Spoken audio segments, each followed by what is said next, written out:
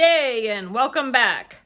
I would like to pick up where I left off on my home tour, although I'm not really sure where that was. I'm very new at this. I don't really know what I'm doing, but bear with me, and I hope people find this interesting.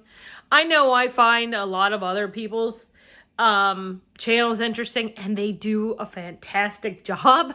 So if I can do even a small portion of what somebody else does, I hope that they find it interesting too.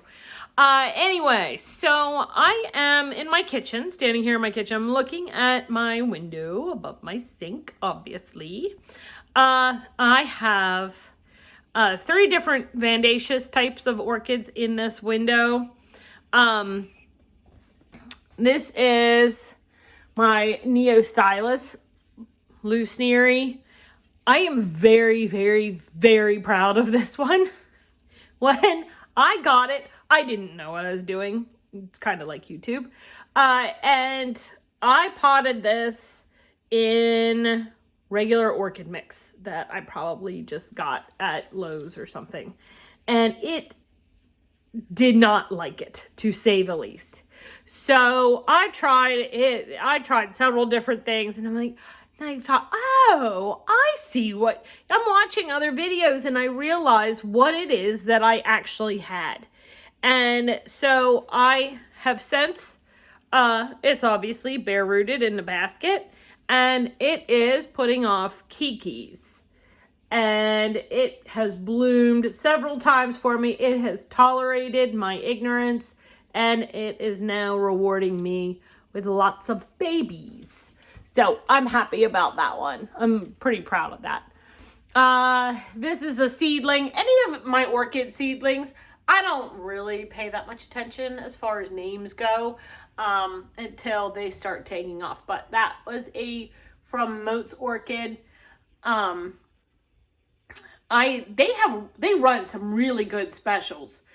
So, keep an eye out for that if you're interested in purchasing orchids online. Moat's is a really good source.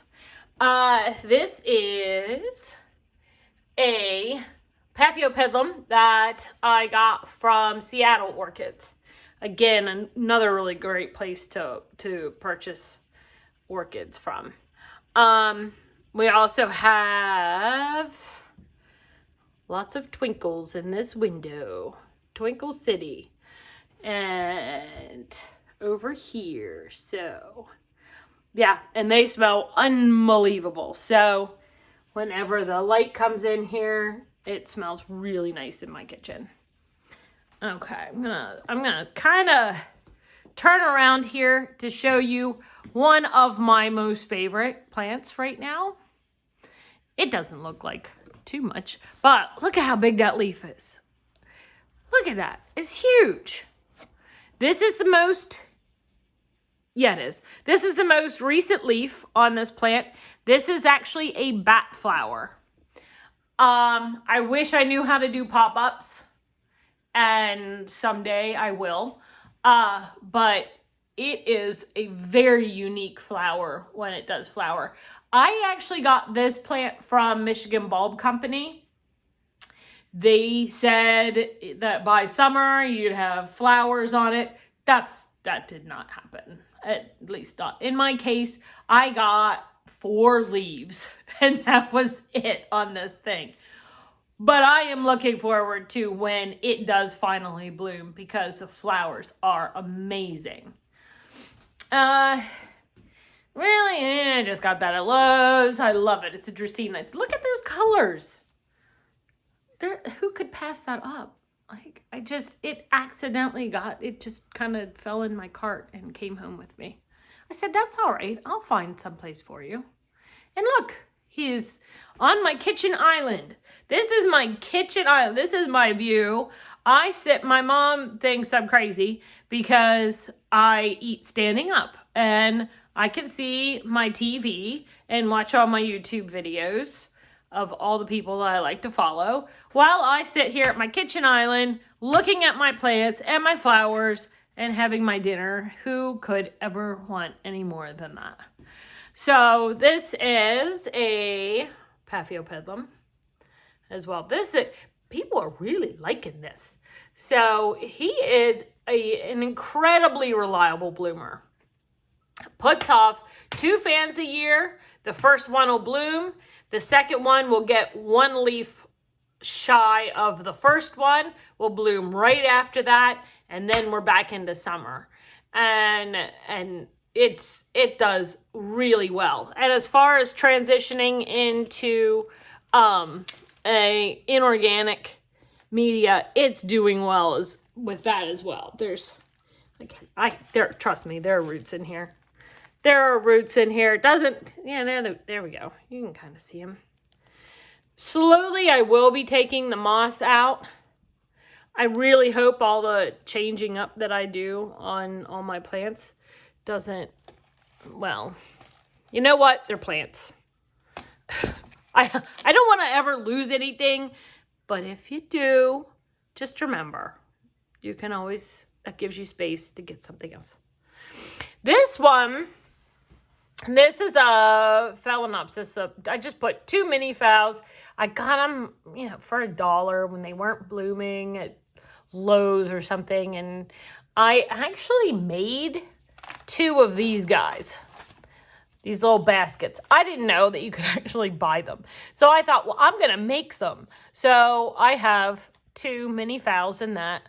And then they're just sitting in this because I wanted them at my kitchen. Okay. I'm going to try to speed this up a little bit.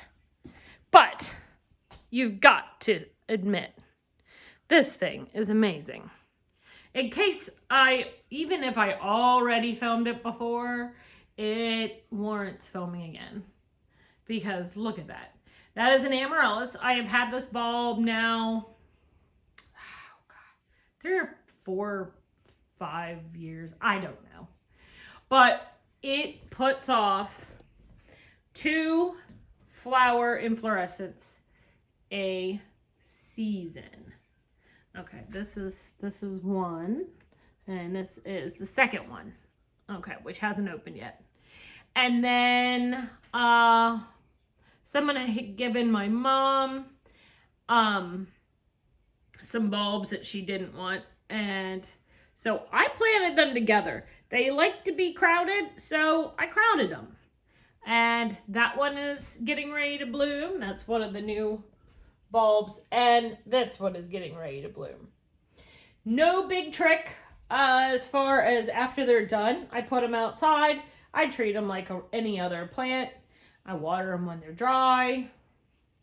They're planted in a really shallow container with the bulbs kind of sticking up.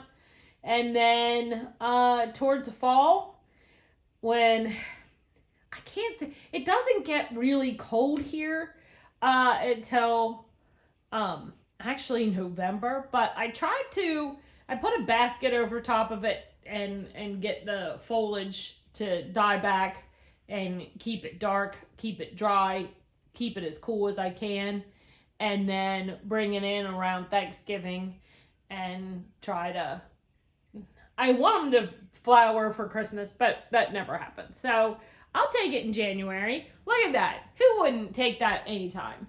Look at that. It's amazing. I actually have 5 flowers on there. I don't know if you can see the little bud that's starting up at the top. Amazing. This guy, I have to just pause here. This was a cursed orchid. Every single time I got it, let's step back for a second. I got it in March of last year, and it immediately tried to put off a spike. It died. And then it tried again, and it died. And then it was spiking when I brought it in this fall. And I looked at it and it stopped. And then I realized what was wrong with it. I really inspected it. It had a hole in the spike. Something had eaten into the spike itself and ate the center out of it. And I thought, well, that's it until next year. And then it did this. Now, it shouldn't. That is not coming out of the crown, but it kind of is coming out of the crown. I don't know if that spike is killing the crown or what's going on, but this thing wants to live and it does not want to be straight up and down. I tried.